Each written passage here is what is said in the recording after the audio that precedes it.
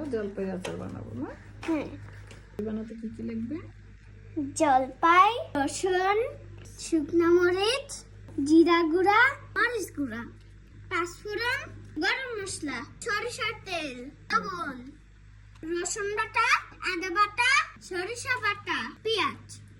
আমরা এখন কি করবো? জলপাই বানাবো। জলপাই তেলের আচার বানাবো। হ্যাঁ। বিসমিল্লাহ। তুমি আমার সাথে বিসমিল্লাহ কেন বললো না?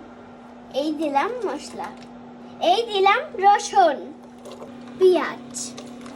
মা, এখন আমরা কি দেব? পাঁচফোড়ন। আচ্ছা, পাঁচফোড়ন, মরিচ,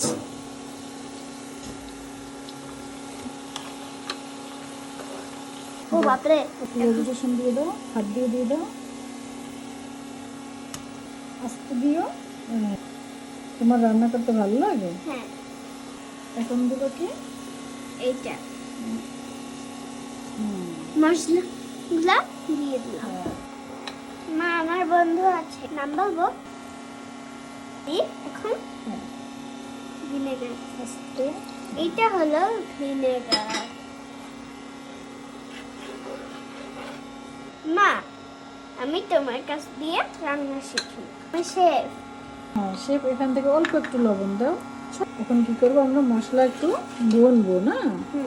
আমার বন্ধুদের নাম সৃষ্টি আর অন্তু। ওদের আমি রান্না দেখাবো। তাই? কি বলবো বন্ধুদের? বন্ধু, হ্যাঁ, তোরা এসে দেখ আমি রান্না করছি। দূরে যাও মা, তোমার গায়ে তেল ছিটবে। আমরা কি এখন জলপাই দেবো? কালকে তোমার স্কুল আছে না?